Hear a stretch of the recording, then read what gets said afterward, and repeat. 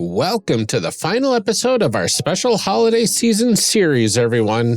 In today's episode, there is some fantastic discussion as well as some really great fan fiction for our characters. But before we get to all of that, this is what you can expect in our calls to action after the show. We do have an important announcement for the show regarding a break in January, so stick around for all the details on that. Also, we will be covering the normal podcast ending stuff, including thanking our patrons and asking for the gift of ratings and reviews as usual. Until then, enjoy the show, everybody.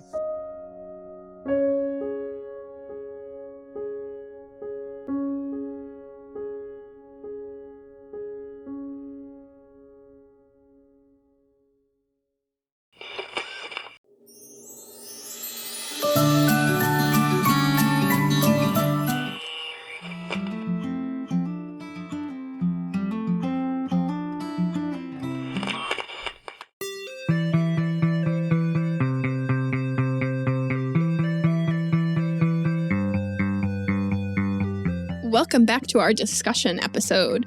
Last time we finished our session 0 for the Santa Corps. This episode, we will be discussing the character creation process.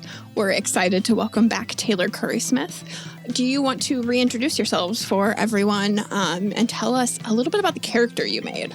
Oh, sure. Yes. So I am Taylor Curreysmith of Whimsy Machine Media, and the character I made is the Nutcracker. No, not that Nutcracker. A Duke that was cursed into a Nutcracker doll that's a little less charming than the Nutcracker doll we all know and love. But the whole point of the Nutcracker curse was to be grotesque and beardy. So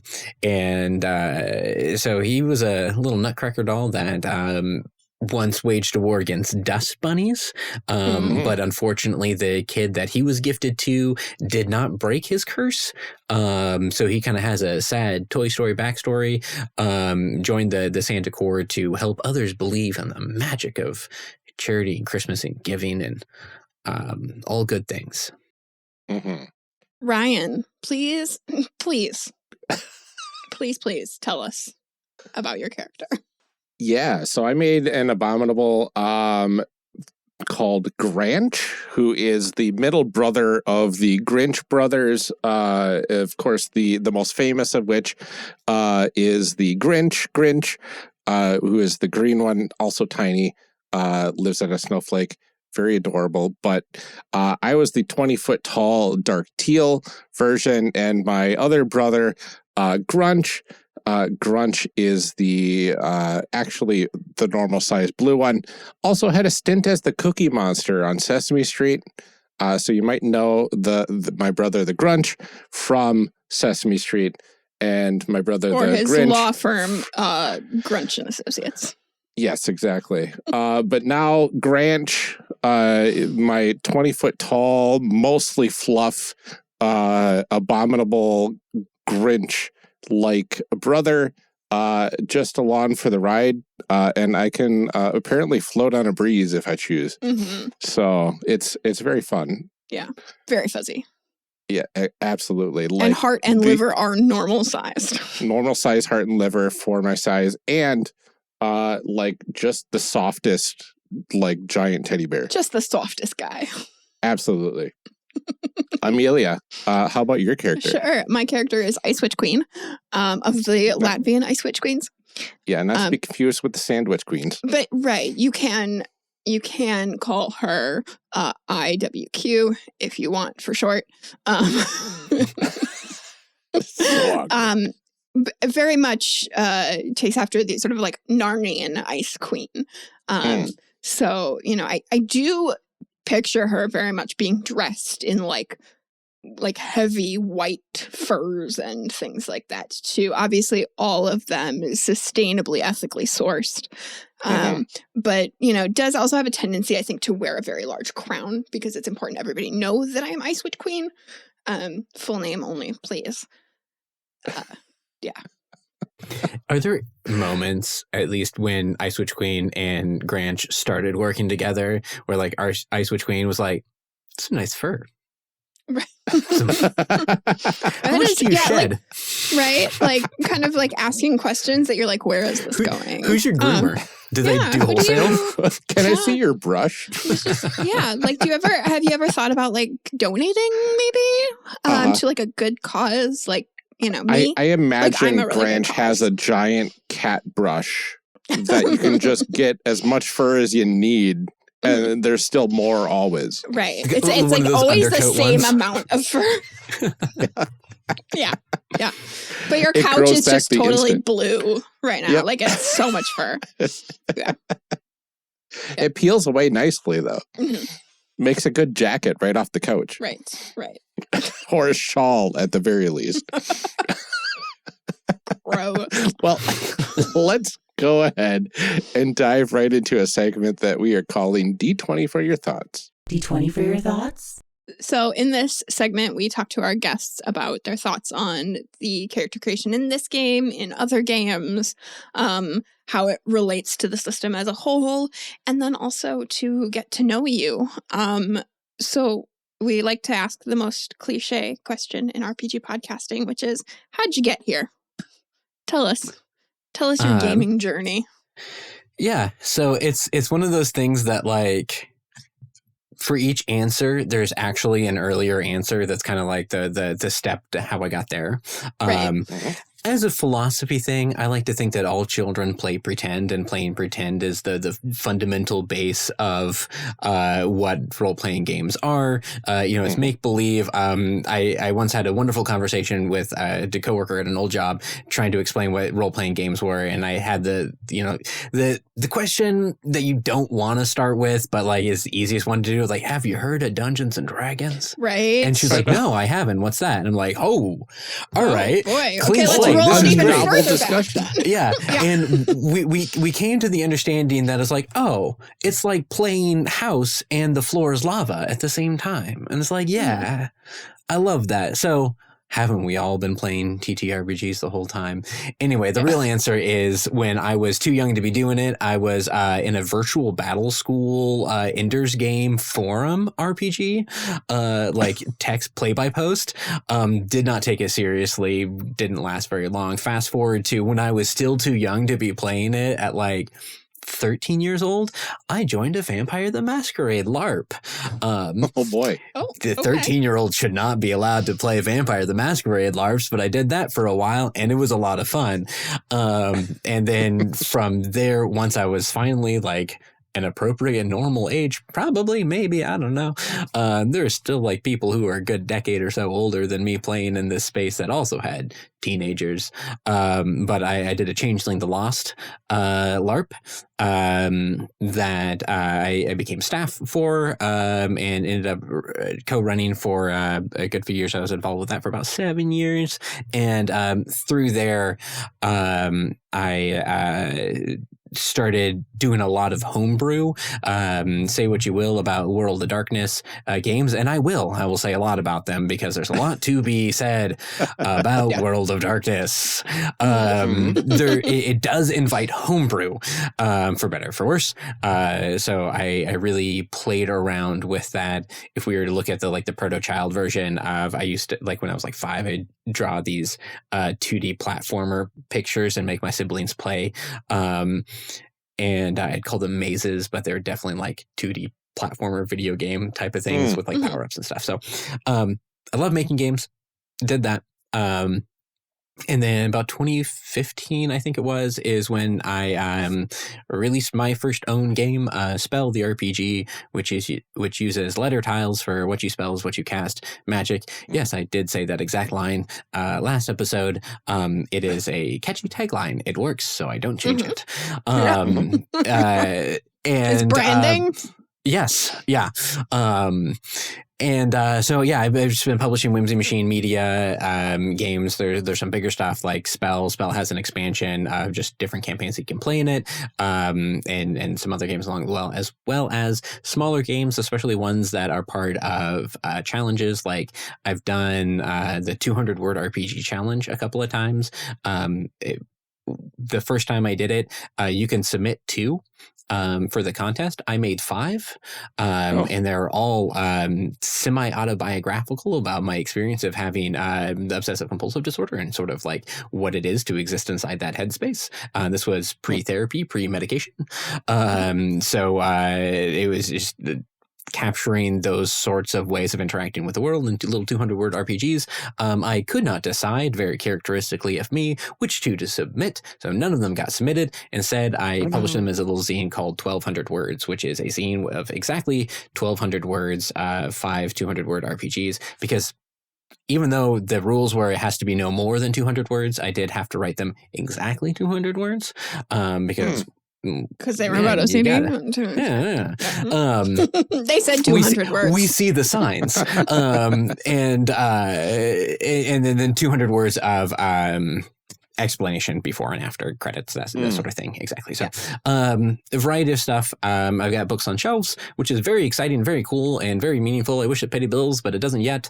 And I've also got smaller, weirder games on the internet like the Santa Core, which is what we are talking about now. Yes. Well, in your opinion, Taylor, what makes for a great character creation system? What components? Yeah, what components? I knew this question was coming. And did I prepare an answer? No. Is there an answer? I'm sure other people have had answers. It's in your opinion. So in my opinion, what do you really delight in? Yeah, what do you delight in when you get to create a character for something? You're like, oh, that's I'm really glad they included this here. So it might seem counterintuitive because this game's character creation system is, I want that one. I also really enjoy it. So Burning Wheel was one of my earlier, a lot of people start with Dungeons and Dragons and then end up exploring some of them. I came to Dungeons and Dragons really late. I had a brief experience where people wanted me to run a Dungeons and Dragons game for them, but I didn't know about it. And one person said do 3.5, and the other person was do 4th edition. And I was like, well, I'll just kind of blend the both of them. That was a big mistake. That game lasted 2 sessions. It was a mess. So Burning Wheel was one of my earlier experiences, and it has a wonderful character creation system. I absolutely love it. There's a 2-page worksheet that you fill out in order to figure out what's going to be on your 2-page double-sided character sheet.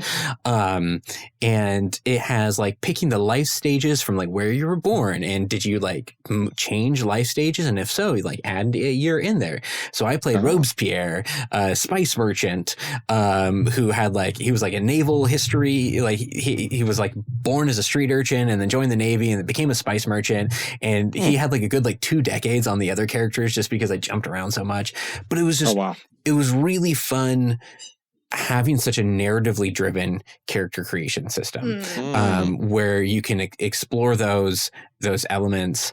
And I think a character creation system that really gets you into the head and the shoes of that character and what they're going to be like, I think is what's really rewarding. Sometimes when you're just putting dots on a sheet, it can be kind of hard to think about that. But if those dots are, this is how my character is approaching things, and if it's clear that this is how I've got my answer.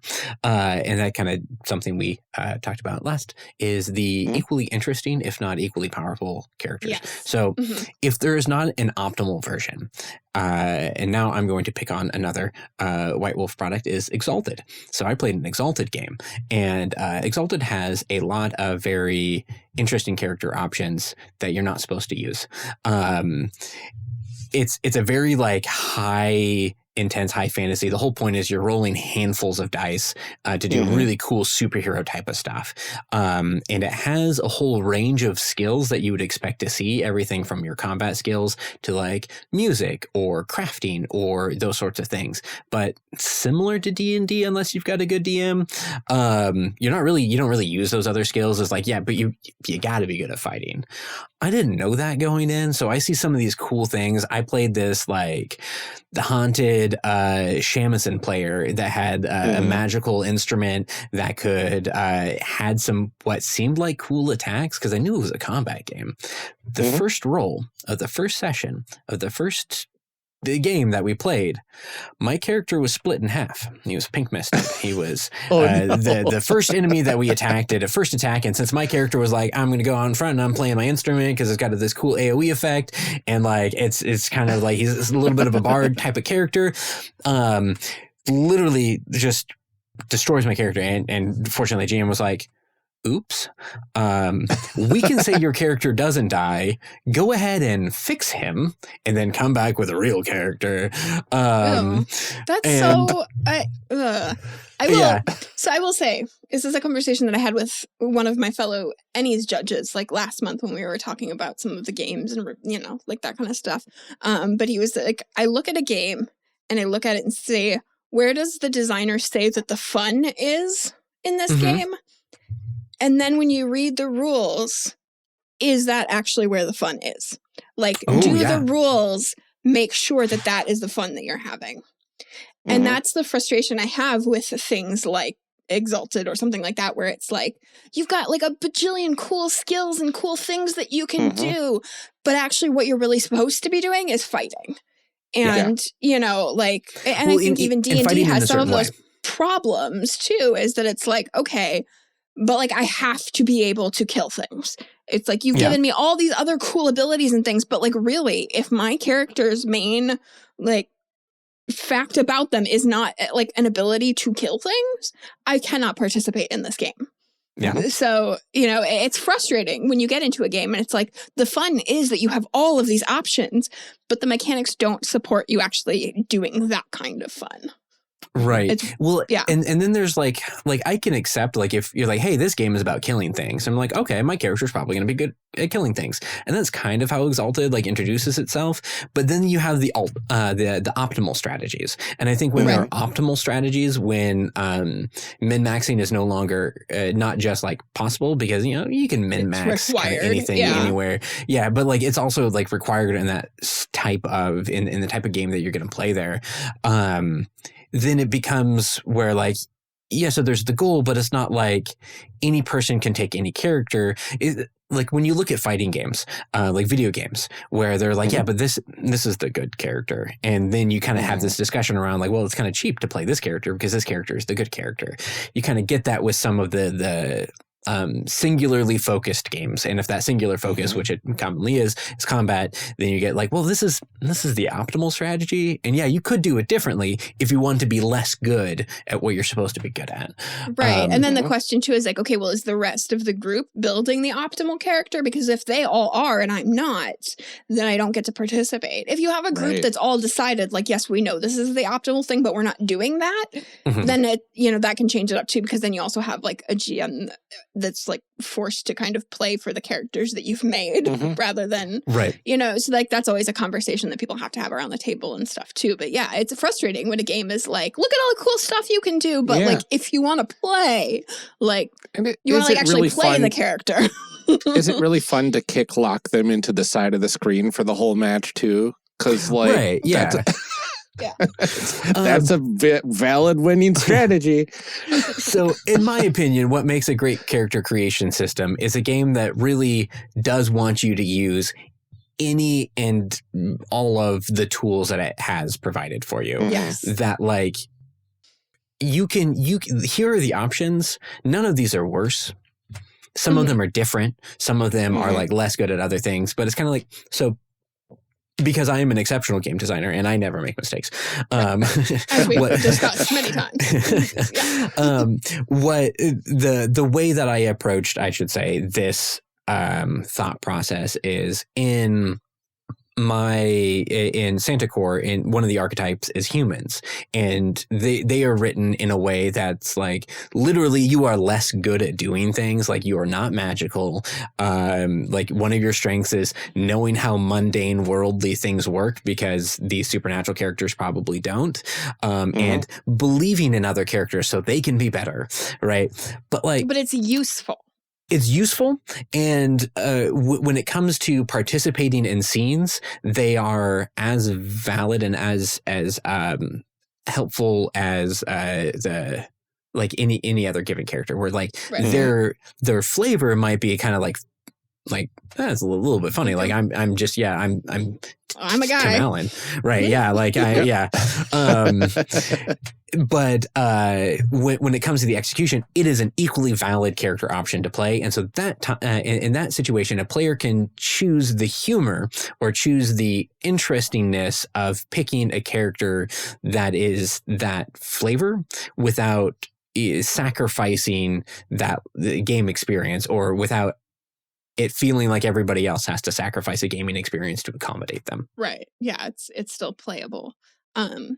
Which, yeah, I mean, I like things that are differently powerful, not necessarily like less powerful, you know? And that's where a lot of interest lies, I think, in a lot of games is, you know, Ryan does like to min-max because you find that fun. You find like, you find like the puzzle of like maximizing things. And like for a lot of people, that is a lot of fun. And I certainly, you know, it's sucky when it's like you either have to do that or like there is one correct answer. Right. So I should say too, there is another system, Silver Age Sentinels, and I think Mutants and Masterminds uses a similar system, but it's like here are a bunch of powers. You've got like 100 points to distribute between all of these different powers. Like go for it. And they're superhero games.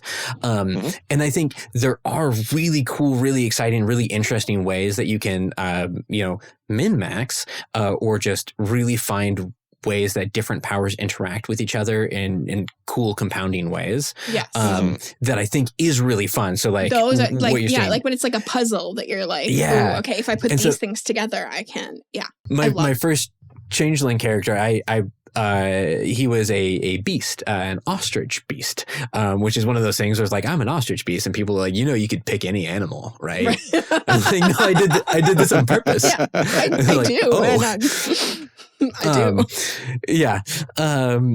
So I ended up doing like a min-max of speed, right? And speed in Changeling the Lost, not super important. In a LARP, even less so. But mathematically and through like the interactions of it, it became very entertaining to me to figure out how fast I could make this character run with like certain like stacks. And like, if I get this power over here and this power over here, then like he can go really fast because like his character, he's got to go fast. I could have done a Sonic the Hedgehog, but I didn't have the foresight. I did an ostrich. It's Sonic the Ostrich. It's fine. Yeah. So he got to go fast. And there's like exactly one scene, like one role in one scene in this character's whole life where like being really fast actually came in handy, and it was a deeply validating experience. But I love that you're like playing this mini game with yourself. That like the rest of the game is happening, and you're like, ooh, but if I do this and then I do that, I'm going really fast. And he's like, why are you going fast? And you're like, because it's fun. Like, and that's because, at least in that situation, and in those sorts of situations, it doesn't hinder you to be like really good at different weird things.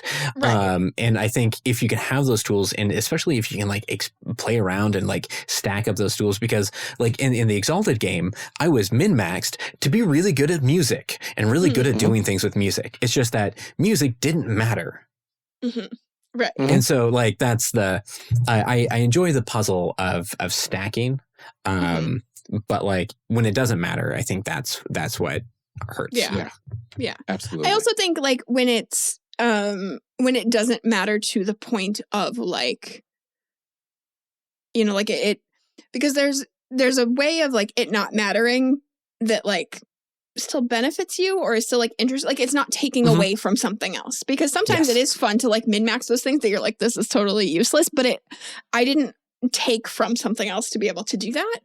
Yeah. Well, and sometimes those like difficult choices are, and that's the min part of min-max, right? Where you're like, I'm going to dump this stuff, and that is going to make these sorts of interactions harder, but that is also fun. It's fun that these things are harder. And I think you put it really well. It's like, where is the fun? Does the designer and the mechanics both kind of agree on where the fun is? And can players get in on that fun? And I think when those things align, that can be very cool. So we don't have character sheets or playbooks or anything really in this game. So usually we talk about that kind of like layout and gameplay experience and that kind of stuff here. We did make a list though. And so I kind of want to talk about actually like playing through this list instead. You know, like obviously we just like scribbled it down and everything, but I want to know like, how does that experience of like, as you go step by step, you know, like playing through that, like, how are you continually moving forward, and like, does like crossing stuff off of the list kind of like, you know, for me, I will say this, like as a person with ADHD, I'm the kind of person that writes lists in like tiny meticulous little details, partly because I need to have each step written out, partly because there's a little hit of dopamine of like crossing something off. That I'm like, yeah, for sure. I'm getting stuff done. And it's like, okay, really, those weren't, you didn't need that to be 3 steps. Like type email, address email, send email, like, you know, but like, do you find that that's part of the fun too? Is like, okay, we've got this list, and then like the satisfaction of crossing things off and all that kind of stuff. Yeah, I think that is part of it, because it's part of the satisfaction. It's part of the structure. And we were talking about player provided structure versus game provided structure. And this game does kind of tell you to like, hey, make your list. Go for it. But then once you have it, the rest of the role play has that framework. But there are still opportunities for certain things where, like, hey, a complication arose. One of your later milestones, split that into 2 separate milestones, because now there are 2 distinct steps that need to happen here. And statistically speaking, it is pretty rare. I don't remember what the odds are. I think it's 1 in 12 or 1 in 16. But there's an opportunity to pull the Joker when you do disaster mode, which is disaster mode is when if you don't have enough cards, or you don't think you have enough cards, or you'd rather just pace your cards better, or you're an absolute troll and you don't care about the well-being of your game and your fellow players, you can choose to do disaster mode, which instead of playing from your hand, you play from the second half of the deck that you didn't use to distribute the hands. You draw that card, you play it, and then you have to roll a die against it as a sort of gamble of if you so it either is a crazy risk that pays off, or it really doesn't. And the Joker, of which there's 2 in there, there's a chance. It's a non-zero possibility. Yeah. It's 2 out of 27. No, 52 minus 24 is 28, plus 2 is 30, so it's 1 in 15. Yeah, for sure. Totally. Math. I'll take your word for it. It says like there is a twist that fundamentally alters the expectation. So it's like what you thought was like the good guy, actually the bad guy. Like what you thought you were doing, it's the opposite. Like just spin it on his head, and you collaboratively decide how that's happening. So it's kind of like, hey, the rest of your milestones, they're not really going to make any sense anymore. Yeah, I was going to ask, like, how do things, change? I mean, I have so many questions about the milestones. Yeah. Where do I even start? Okay, so like you mentioned that like it can just change, like things can get split in 2, and then potentially with this twist, like do you just like make a new list and start over, or do you like? Okay. So the progress that you've made is still made, and there is still the equivalent number of milestones left to finish the mission. So if you only had 3 milestones left, you only have now 3 new milestones. And oh, yeah, I should know that. You said I'm supposed to be the expert on this game, but yeah, I wrote it 2 years ago and reread it like twice before this. Who's to say what expert really is? Yeah, sure. Did I write the game? Yes. Do I remember everything about the game? To be determined. So there is... I believe the difficulty stays the same too. So they're roughly equivalent steps. It's just the flavor is really going to change. So you went into this with like we went into ours with this sense of like, yeah, we gotta find our couple. We gotta make sure our couple gets together. We gotta make sure that the fake couples don't get together. We gotta stop this production. We gotta save the town. But like, what if we find out that like some random offshoot from the Sandacor originally was the one that created this production because they've been trying to find true love ever since? Or like, what if one of the couples actually was the true love, and now like, we've destroyed what if there are more than one? Right? Yeah, what if true love can exist in more than like one pair, and we were short-sighted? Or like there are so many different variabilities where like, oh, this really changes a lot of stuff, and like we've already like halfway dismantled this show, but we realized this show was kind of trying to do the right thing, just in the wrong way. So how do we change our tactics to do that?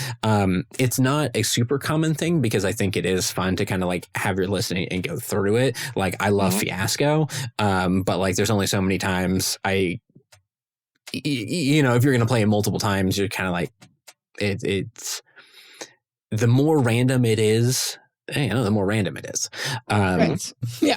But profound statements from Taylor Curreysmith. The more random it is. You heard it first here, folks. And so so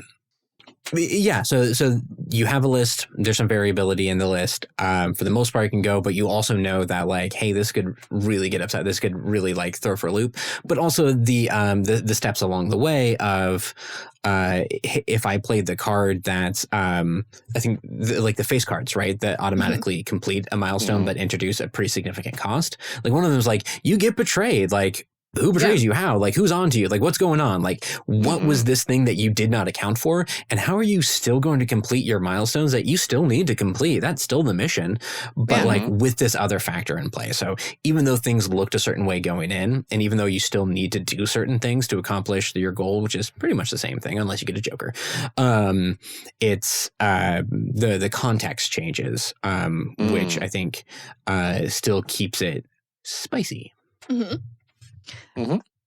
I'd love to know too your thoughts on like how setting up those milestones affects the pacing of the game, because you look at this and it's like it is a shorter game, so I think a lot of it's pretty easy to be like, this is a one shot, you know. But I'd be interested to know like how, you know, like ours, part of it was sort of chosen for us by that, like it has to be tonight or whatever. I forgot the exact wording. But like, you know, could you potentially spread out the milestones or like make it so that like this is a campaign and you're really only doing like one milestone per session or something like that too? Yeah, you could. So the milestones and the playing the cards against the milestones, because of the distribution, like most milestones are going to be accomplished by like a few cards. Some of them could even be accomplished with one or two cards, which means in our group of three, there might be some milestones that like only one or two of us meaningfully contribute to or mechanically contribute to. Now, I think the role play is important, and it is something where like maybe it is Ice Witch Queen uses the Frigid Wind ability and blasts Granch into the the production, like the camera or something, that they destroy it. Now we were all involved with it, but the card that was actually played was the Frigid Wind. And so that's kind of what I like when mechanically everybody's involved, everybody's using power, everybody has access to involvement. But there are the certain benchmarks that define how the milestones are completed are kind of defined that way. Right. So while you could have like, let's just do a couple milestones per session, rules as written, it's going to be a lot more narratively driven. It's going to be a lot more like role play and with only a handful of card plays throughout. But that's also totally fine. Like I've played crunchy games where I'm playing Lancer right now. I'm playing a Lancer campaign, which its whole deal is it alternates between crunchy mech combat and then like a downtime action. Our last session was a downtime action. We collectively, group 5 players, only rolled like dice a couple of times. So there are definitely those sessions. So you could go into it knowing that like this is going to be very narratively driven.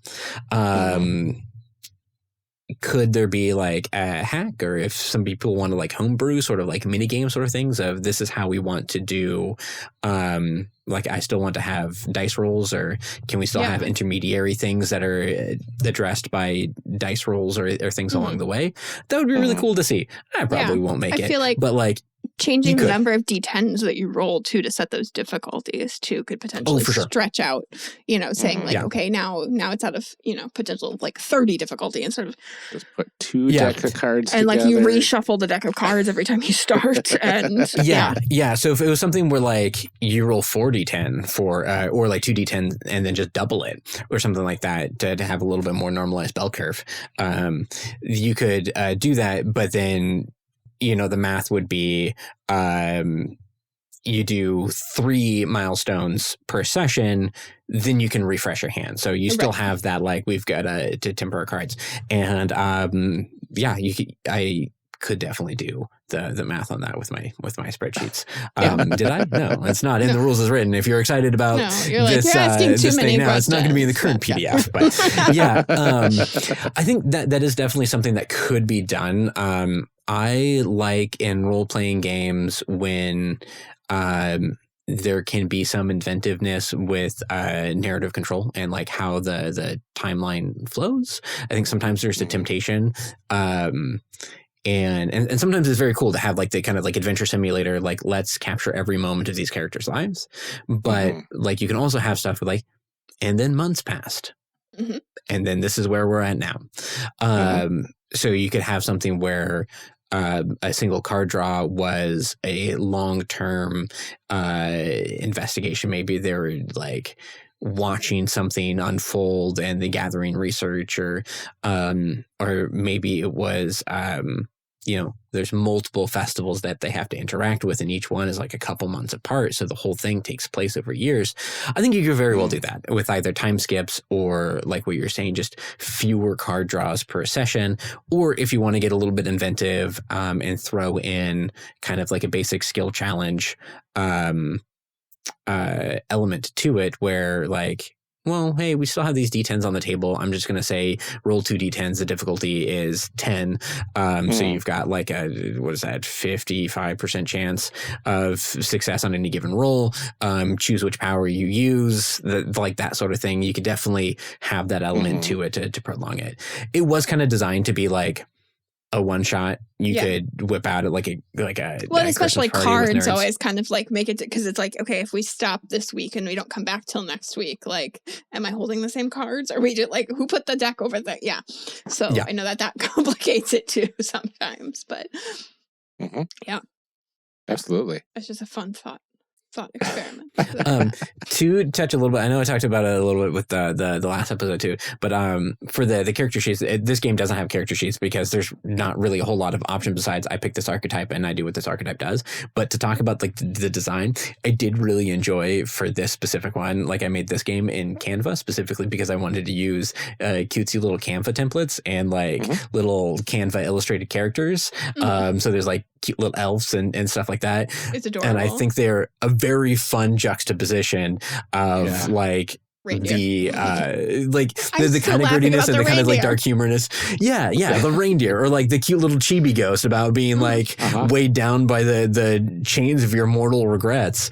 And I think in that way, that design does kind of like lend to it, because it gives you some visuals of like, okay, yeah, it could be like a polar bear, but then like the text is like the Coca-Cola polar bear that drank and too like much Coca-Cola, and the ocean filled with microplastics and everything, but also adorable polar bear. I mean, the juxtaposition of like the very cute like layout and design of it on this like, very kind of like almost like a retro, like it looks to me like a Christmas cookie recipe, like kind of book, right? And then the like capitalism has ruined everything. The ocean's filled with microplastics, the chains of your past regrets, like all of that kind of stuff. And it's like, but Christmas.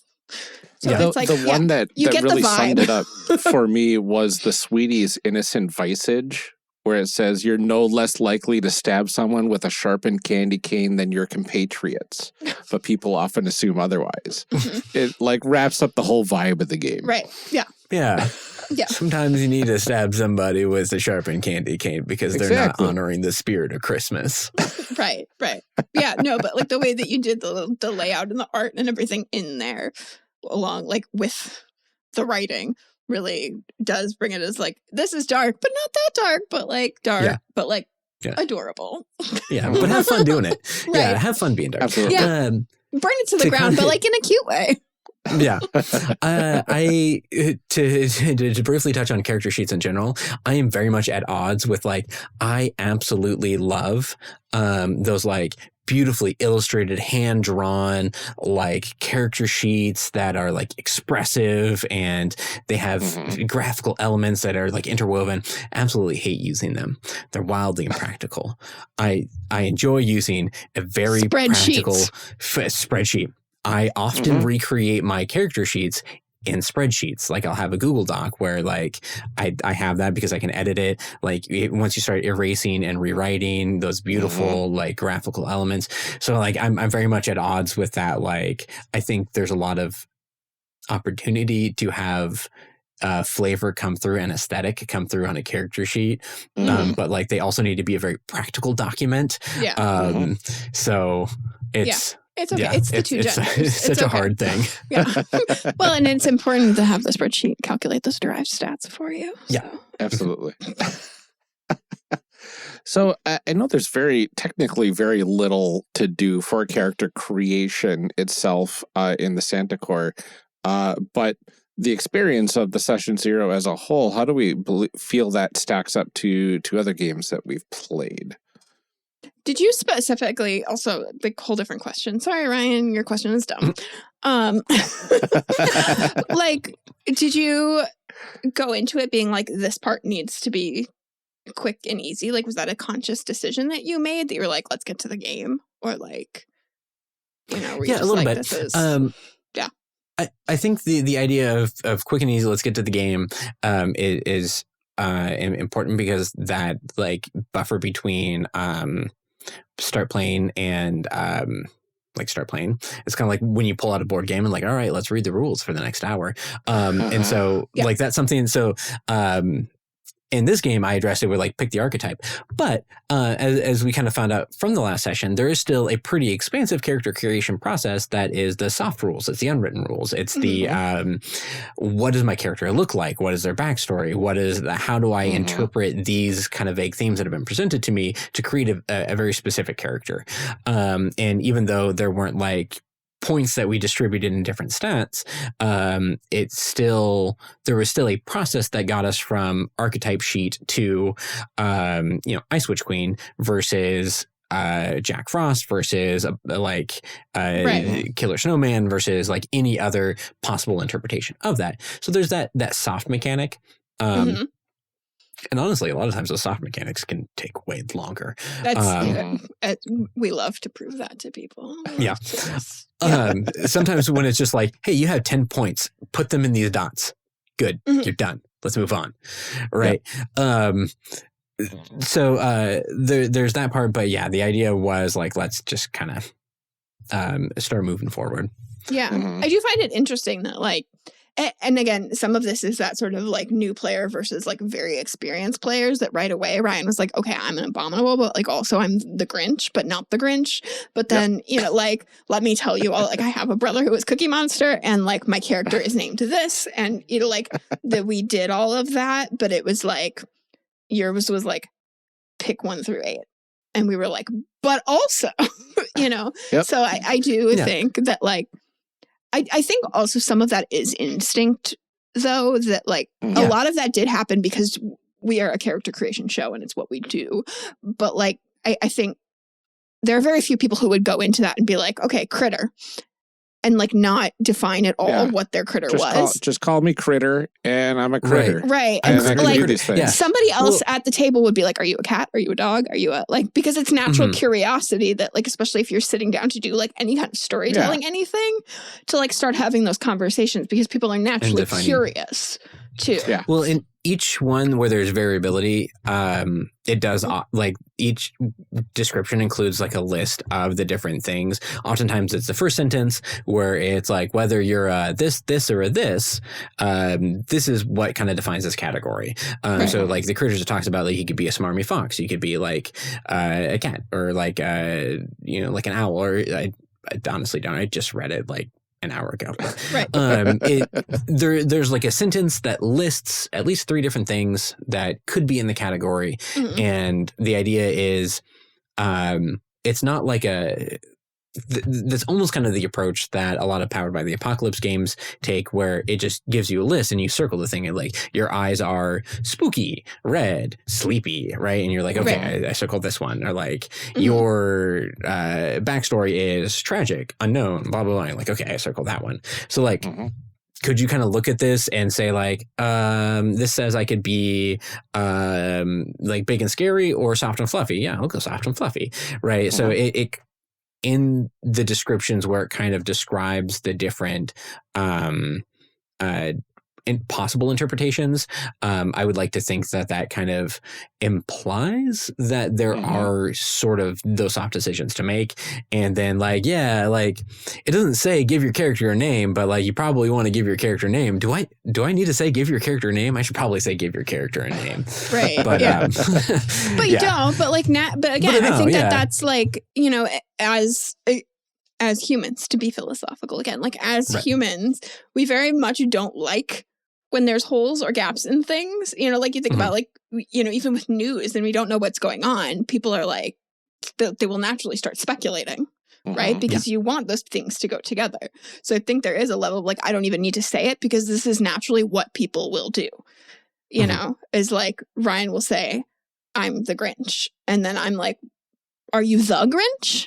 Or like a Grinch, you know, and then we start like doing things from there, you know, it's like, okay, what color are you? What, you know, I mean, and even if the answer was just like, no, I'm the Grinch, it's like, as we play along, like we're going to start to have questions too. Like, do we just call you the Grinch? Are you Mr. Grinch? Are you, you know, like, because like, humans want to have those bits filled in. We don't want loose ends or question marks or empty boxes.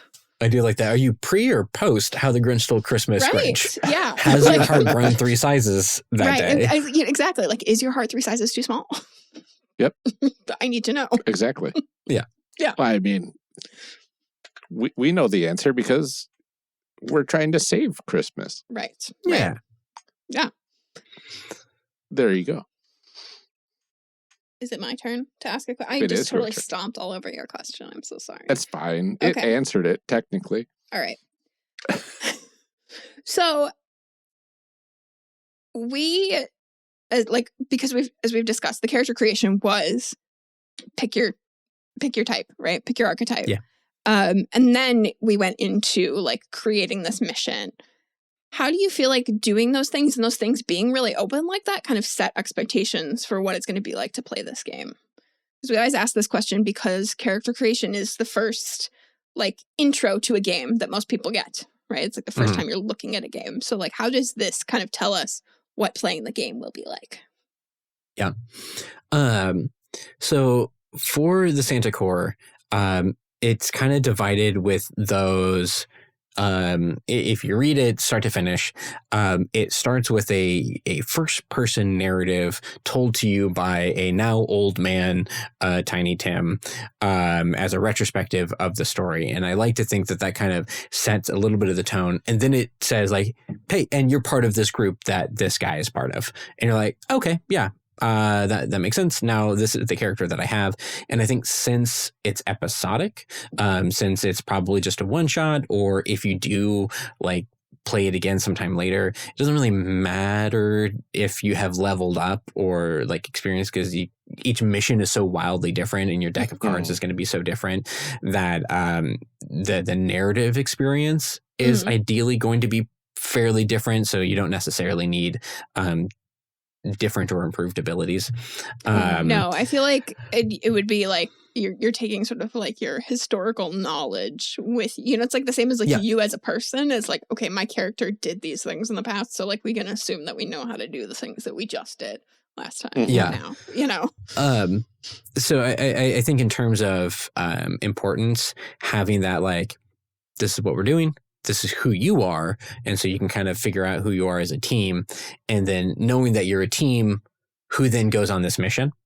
because it is mission based. I think there are definitely games that, like, if the characters are meant to meet up, or like if there's a larger plot at scale that the characters are just kind of like fit into. I think this is very character driven in that way. Kind of like, I don't know if that's that. It's not character driven in the same way that Monster Hearts is very character driven. There's not like a ton of plot. Like there is the plot, but it's not like you are the destined heroes kind of, and this world is built into that. So I would like to think that order of pick the character, kind of think about what the character is. Now let's drop them into a mission. Kind of gives you the sense that you are part of an organization first, and then this is the thing that you're doing together. It gives you that sense that you've probably worked together before. You know each other. And I would like to think that the tone, like as you read through the character types, the type of ways that those abilities are conversationally described, it's not a technical. I didn't choose to go for a technical or specific, or because there's some games that, especially when they're crunchier, you need to be very specific. It's a type of technical writing to say like these are how these rules are meant to be interpreted. Where this is kind of like you got antlers, gore people with them is great. Right. Like it's not. It's not there's like the assumption be, that like, oh, I can also probably use that to do like open a can or something like that, because you're not worried about how things are going to stack or multiply, or like what is the order of operations of doing these things the way you are in a more crunchy kind of game.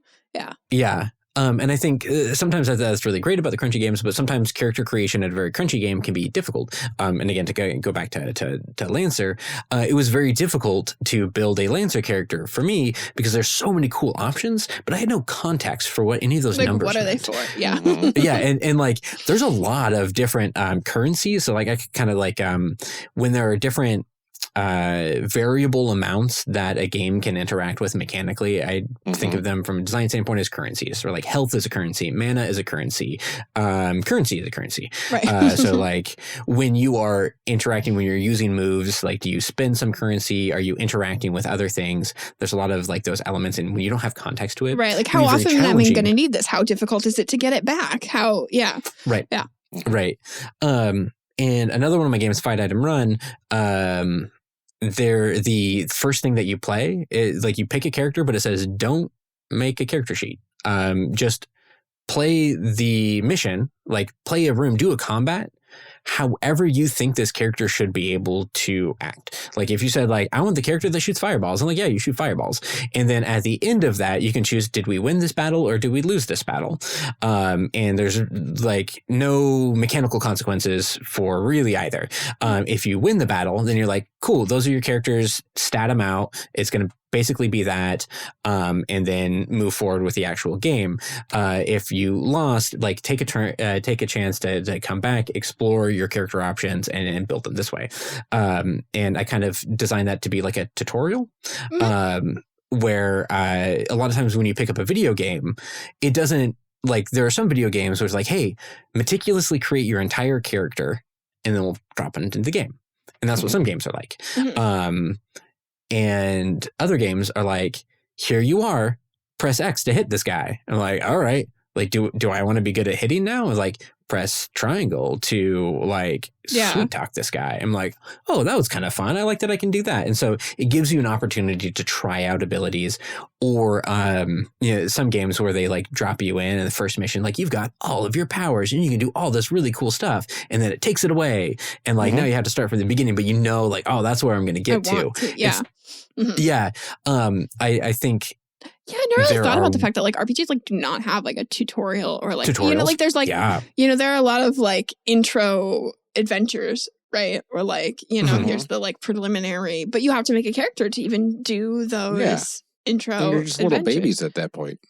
Why did this never cross my mind as like a thing that I play a lot of video games, and like, I love stealing stuff from video games for TTRPGs. I think there's so much very, very cool and game I'm sitting design. here and it's like every single one of them is like a Bethesda game where you could like sit down and you're like, okay, I'm gonna stand in front of the mirror and I'm gonna like pick like which like my cheekbone twitched a little bit this way, and then I'm gonna put all the stats in the different. I got back into The Sims after like a real long dry spell, or It's I shouldn't. Yeah. It had been a while since I played The Sims, and I got back into it. And I'm like, oh yeah, this is really fun. Like I love like tweaking all these little like sliders, even though they got rid of a lot of sliders in Sims 4. It's not the same. But no, like there is a certain like character creation process. But I think there are some things like I play Elden Ring. I was terrible at Elden Ring.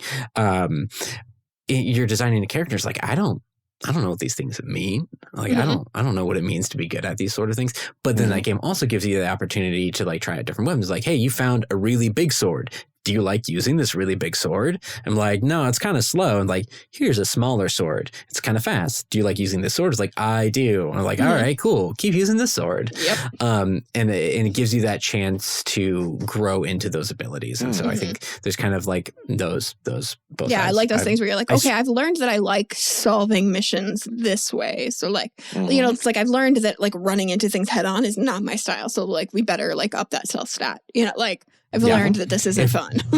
If running into things head on is your style, then Elden Ring is not for you. You have to be really good at video games. I'm not good at video games. I just like playing them. I love playing them. Like that's a whole conversation that like my son was having. And it's like, oh, I just switched the game to like baby mode because I can't get past this level and I want to do the story. And I was like, all I ever want to do is the story. So I just like play everything on baby mode because I'm like, story time. I want to pick up the items. I want to fill up my backpack and have it yell at me. Like, I want to hunt for treasures. Like, I have to collect all of the brooms in case I end up in the broom dungeon. Like, I'm so terrible. Like, I've played Fallout 4 like a couple times now, and I just like every time it's like, oh, I do have to max out like my strength because I have to carry things, not for any other reason. What if I need all these mugs? Because like I know for a fact that I am going to need all of this rad roach meat. Like, it's important. It's so important. It's so important. I don't even remember what we were talking about. It's fine. But I think we can transition into hearing, Taylor, what you believe is one of the biggest flaws of character creation in this game, and what is one of your favorite parts? So I think for the flaws, I do think that it could use a little bit more framework and maybe a few more explicit kind of leading questions. I think a leading question can be really powerful. It's not necessarily like pick a skill that you're good at. It's, how do you go about solving problems? It's a little bit tricky because there's the randomness in the cards. But like, I think there could be, there's space for what is your character's name? Like spend some time figuring out relationships with other characters. One of the things that I really like in other role-playing games, I think Monster of the Week does this really well, is there's like a fill in the blank of like, pick this prompt of so-and-so and I when I go way back, I owe them my life. So I think there could be a space that kind of helps define those relationships between the players or between the characters that would help, especially newer players, but really anybody kind of get that sense of how do we interact as a team? Or is that something we even really need to think about ahead of time? And like, yeah, we probably should think about it ahead of time of how we interact as a team. And those are good opportunities for it. Oh, and the best part, I think it's kind of funny. It is. If I can toot my own kazoo, it's kind of funny to read. It is hilarious. It's enjoyable. It's great. I enjoyed it quite a bit. Yeah. Strong agree. It's time for our favorite part of the show, which we call the fanfic section, because as a rule on Character Creation Cast, we do not ever play games we talk about. I mean, sometimes we play the games, but like we don't play these characters. This is as far as they ever go. What's going to happen? How's this going to go down? Gosh. I see two very good possibilities of like the course of things, right? So like the normal scenario progression, right? We get them to kiss, everybody's happy. But I really love the thought of that twist of like this show was actually an old Santa Corp. Like if we get a twist that from the disaster or whatever, and we're like, oh, now we have to help the show because there is two contestants that truly do love each other. Mm-hmm. And like, they're the ones that are supposed to be winning this. Yeah. And our stressed parent and the carpenter baker is like never going to come around. Right. Like maybe they'll end up being like really good friends or something. Yeah. Yeah. Well, like, oh, shoot. Like you have true platonic love that you would support each other. Forcing you to kiss on national television after you've like interacted for 12 hours isn't going to help actually anything. A bad idea. Right. But like these people who have been like romantically engaging with each other for the last 12 weeks, you know, you do actually have some real chemistry. But just you weren't able to explore it in this context. Yeah, well, they weren't like winning enough dates together. So like, you know, they'd grown close over the course of the filming and everything. But like the way the show was set up, they just weren't getting the chance to connect. And so, so it turns out what we point really in the game, what point in the session would we go wildly off topic and spend like 2 hours coming up with like the mechanics and framework of what the show would be, what the Honeykiss show would be? And we start like scripting out. I was like, well, it used to be like this, but then in season 10, they added this factor. And then like, these are like, they have to win these dates. And this is when they meet the family. Somewhere around the fashion montage, right? Right. Yeah. I was thinking earlier, honestly, like that's a babysitting topic if I've ever heard one. Oh, okay. Yeah. Well, because it turns out that the kids we're babysitting are actually like big fans of the show. And so like they've watched the previous 10 seasons and we're like trying to catch up because we don't really know anything about the show. We're just like walked in assuming it's terrible. Yeah. But like they're kids also the ones they're that watching an episode of it. Yeah, probably. It's like the kids are like watching an episode of it and it's like whenever you like, you know, like come in on your spouse, like watching a reality show and you're like, what's going on? And they have to like explain. They're like, okay, these two people used to be friends, but then this thing. And so like the kids are explaining all of it to us and we're like, oh no, we've been doing it wrong. Like now we gotta fix the whole thing. And we're like, you know, but they're telling us, they're like, oh, they already tried that on season 3 and it didn't work. You know what would be a better idea is, you know, because kids actually know true magic when they see it. So like, they're super helpful with this, I think. Yeah. Yeah. I like that a lot. I love it. I also just like love the idea of like children having to explain reality television to us. Like a bunch of pseudo cryptids. Right. Yeah. Yeah. To like, Granch is like a big, you know, fluffy. There's like a kid like laying on your lap as we watch TV, just like snuggled into your fur.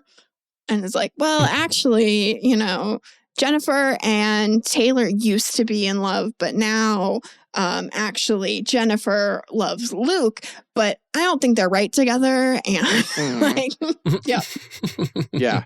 And I do like the thought of it being a show that is like semi-live, right? So it's like produced and then a week later that episode comes out or whatever, right? Yeah.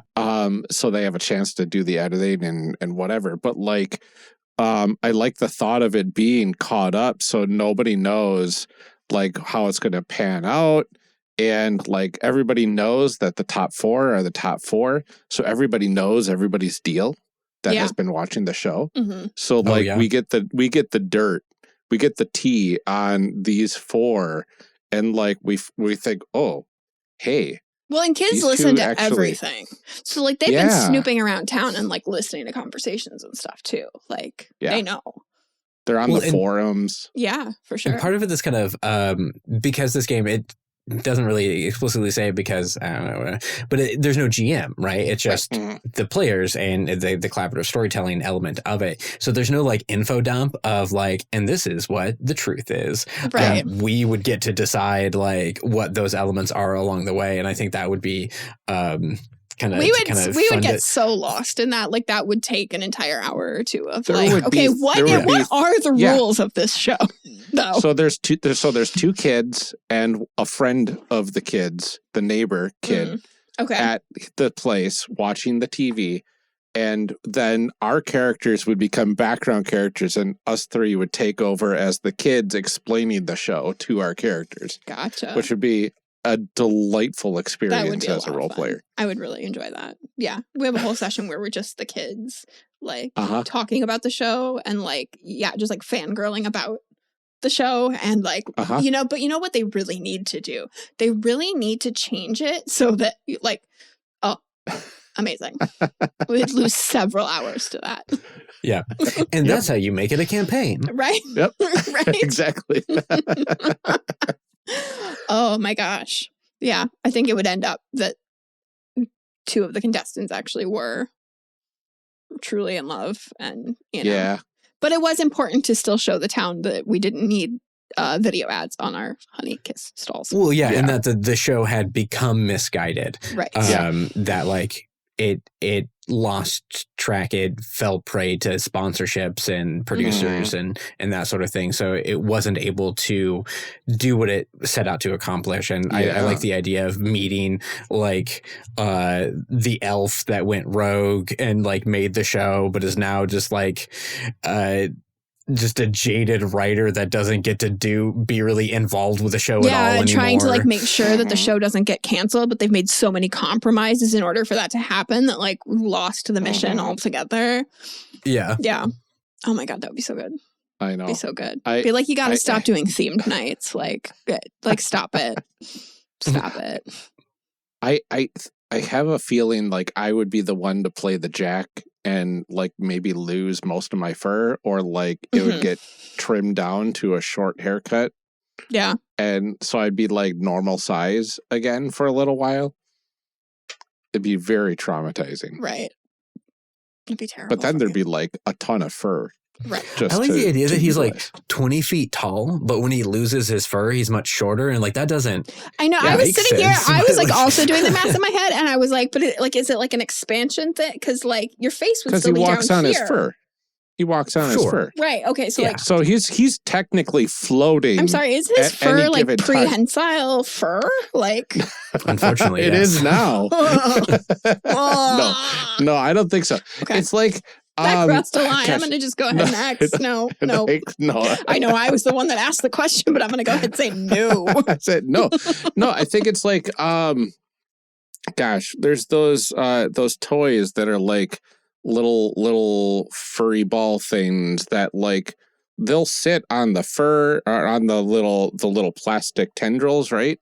Mm-hmm. You know those balls that I'm talking about that are like just a solid mass in the middle, and then there's all these like little plastic things that form the ball itself. This is a sea urchin?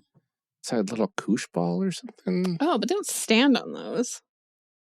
They kind of do. No, they really don't, because they're just like little stringy.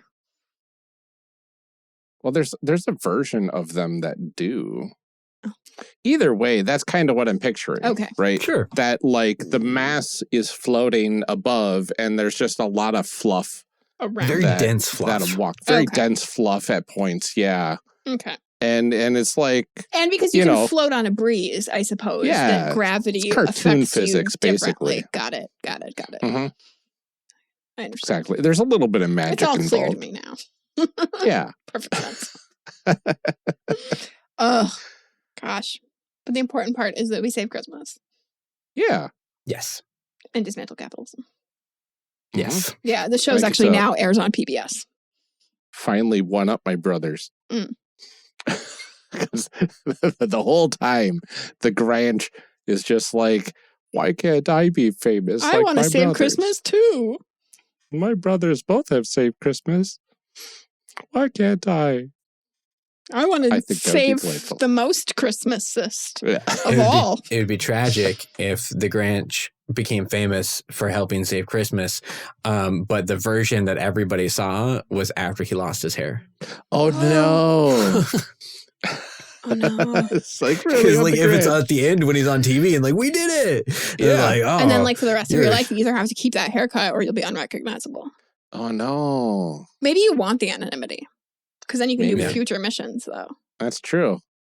Gotta that low key, like, blending in 20-foot tall fuzzball. Right. Right. But again, once you put on the trench coat and the hat, nobody knows. Not a soul. No. Nobody's ever recognized me. Never. Just like. Incredible. It's incredible. Oh, I love this group so much. It's true. Do we need this last section? Because we've kind of covered, we kind of covered everything we talked about in the leveling up. Yeah. Yeah. Take it up a level. take it up a level.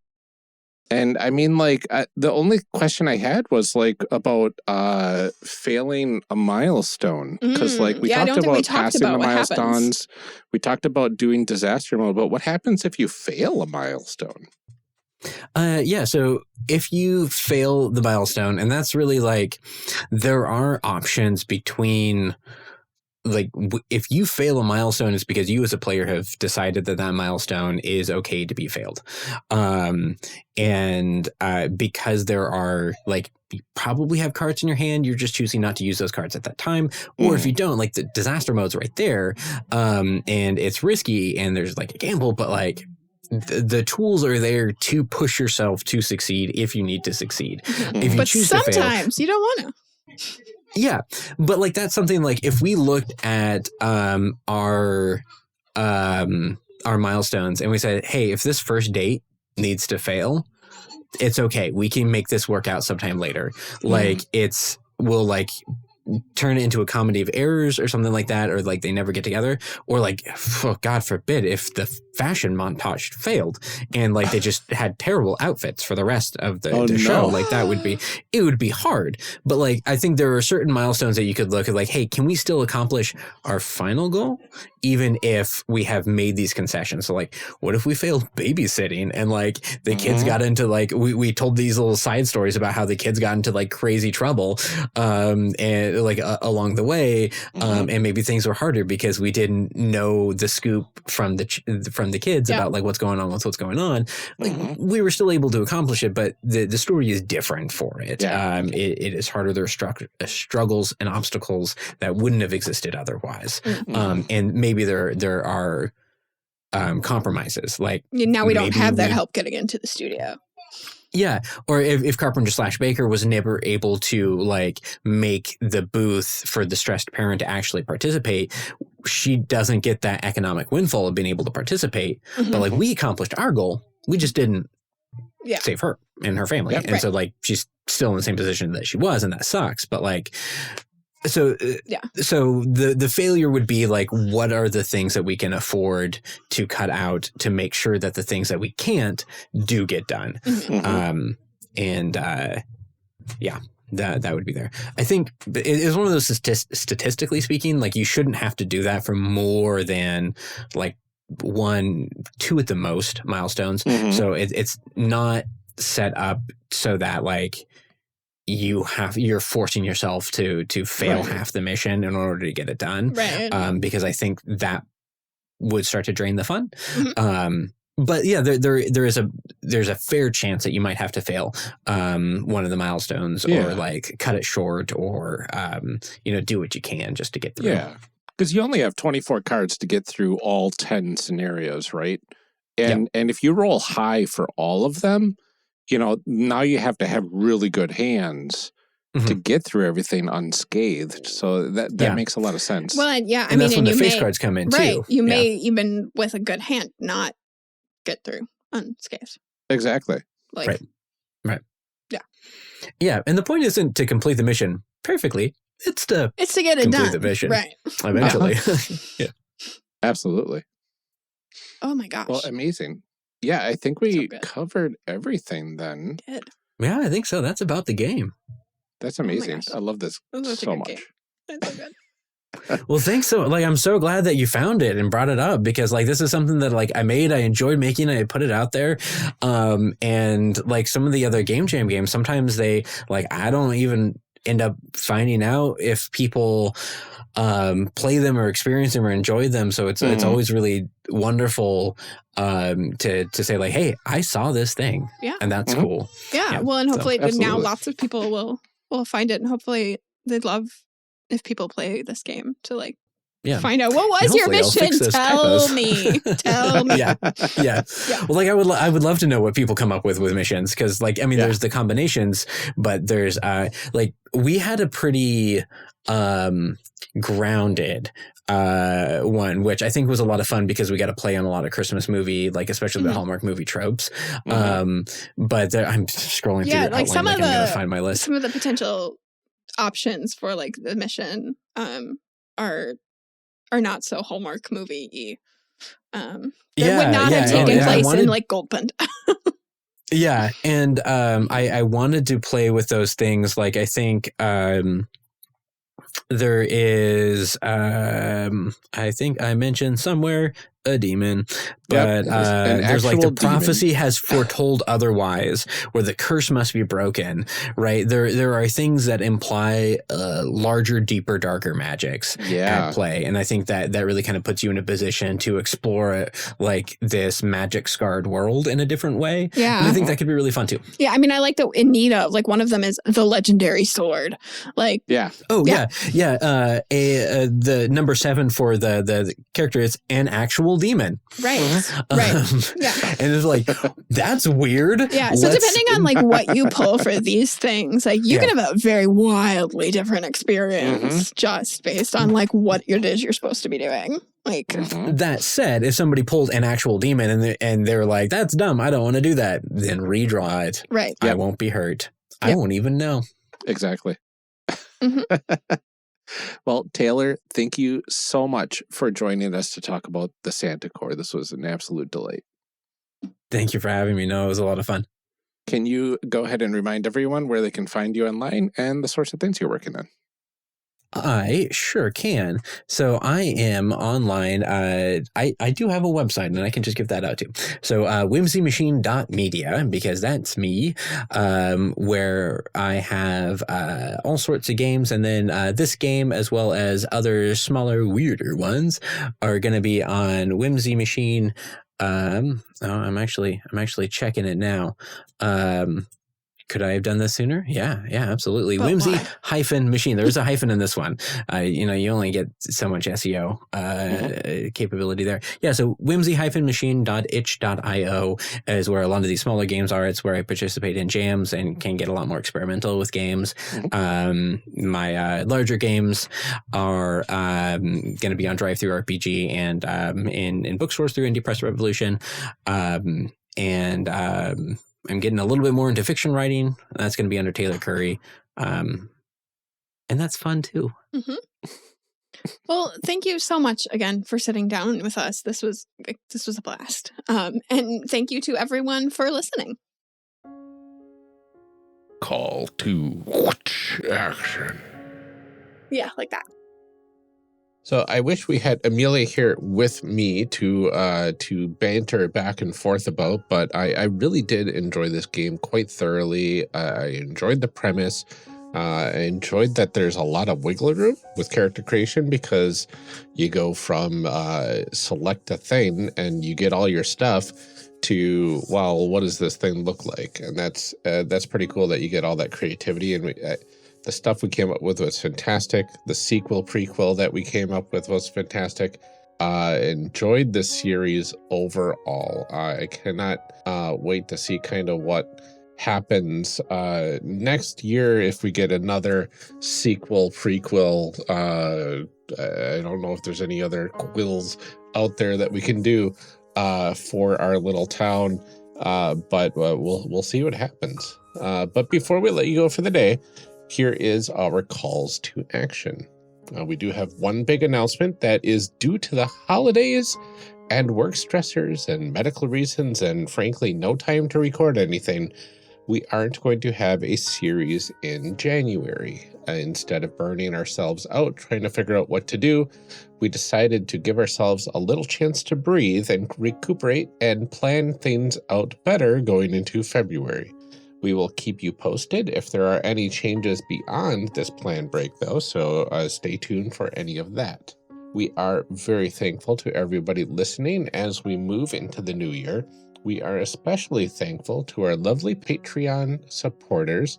Your support helps us afford doing this show, and it tells us how much you believe in our work on this podcast. If you want to join in on this amazing community of folks that help lift one another up on our Discord, or just get access to some really great bonus content, you can head on over to patreon.com/charactercreationcast and sign up.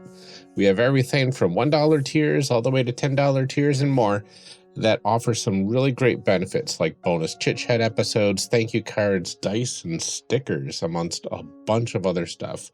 You can actually sign up for a trial period if you want, or the $5 level for a 7-day trial to see how things are before you actually commit. But you could also follow along. You could follow for free. And if there's any public updates that we throw out on the Patreon, which I think we will if we start getting some public free supporters, then you can just go and follow us. It's a pretty great place. It would be really great to have you there. But regardless of the level of support, we will thank you personally every episode, like we're about to do right now, starting with Lieutenant and DJG, aka Tigranosaurus. Thank you so much. Eric Bonds and Daryl Holiday II. We can't thank you enough, but we will keep on trying. Shadeen Cabal and the Shyest Barbarian. Thank you for everything you do for us. Thanks to Benjamin Sweeney and Lorcan McInnes. We are so glad to have you here with us. Rob Fletcher and Kevin Brown, you're the best. Thank you. Tentacle Duck and Cole McCallum, you shouldn't have, but we're so glad you did. We appreciate your support, John Adamus, and the C3 crew wish that your days be merry and your new year fruitful, and that the magic of the honey kiss finds you before the Granch. Thank you. A3 Sketchpad, you are phenomenal. Thank you. Carlos Salazar and Eric S., we are so grateful to you. Ross Kingston and Ian Pipemeyer, we are so grateful to you as well. Thank you. Sorigoth and Liam G., thank you so much. We appreciate your support as well. Brian Colm and Guardian GM, thank you.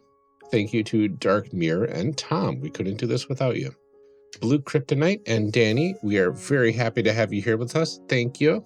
We appreciate your continued support. Nicole Trainer and Liam Murray, thank you. And finally, Kenning and Brian Kurtz, thank you so much. And thank you to all of our future supporters. Your support not only means the world to us, but it's allowing us to keep doing this show as it pays for our recording subscriptions, Dropbox editing software, website, so much more. If you want to join this growing community, please drop by patreon.com/charactercreationcast and at least give us a follow. We have a free trial for the $5 level if you want to check us out. You can see some of the bonus content at that level as well. No matter how you join us, we would love to have you here with us. Speaking of being here with us, you can head on over to our Discord at discord.charactercreationcast.com and join in the conversation with us and all the fellow supporters of the show. You could also leave a rating and review. It is the end of the year. What better gift to give us podcasters than a review of our show? You can head on over to Apple Podcasts, Podchaser, Podcast Addict, or even Facebook and leave a review and a rating if you want. You could also head to Spotify, apparently, and leave episode comments. If you really enjoyed a certain episode and you're listening on Spotify, feel free to do that. But that's all for today's episode. We will be on a much needed break until about February 5th. Until then, take care, everybody. Stay safe out there. Drink some water. Keep the magic of the season going. Be good to one another. And keep making those amazing people. We'll see you next time.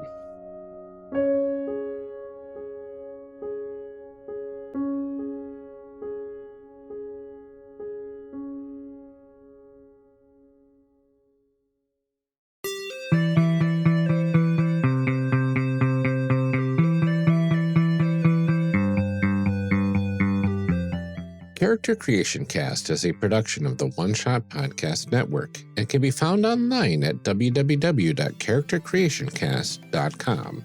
Head to the website to get more information on our hosts, this show, and even our press kit. Character Creation Cast can also be found on Twitter and Blue Sky at CreationCast, or on our Discord server at discord.charactercreationcast.com.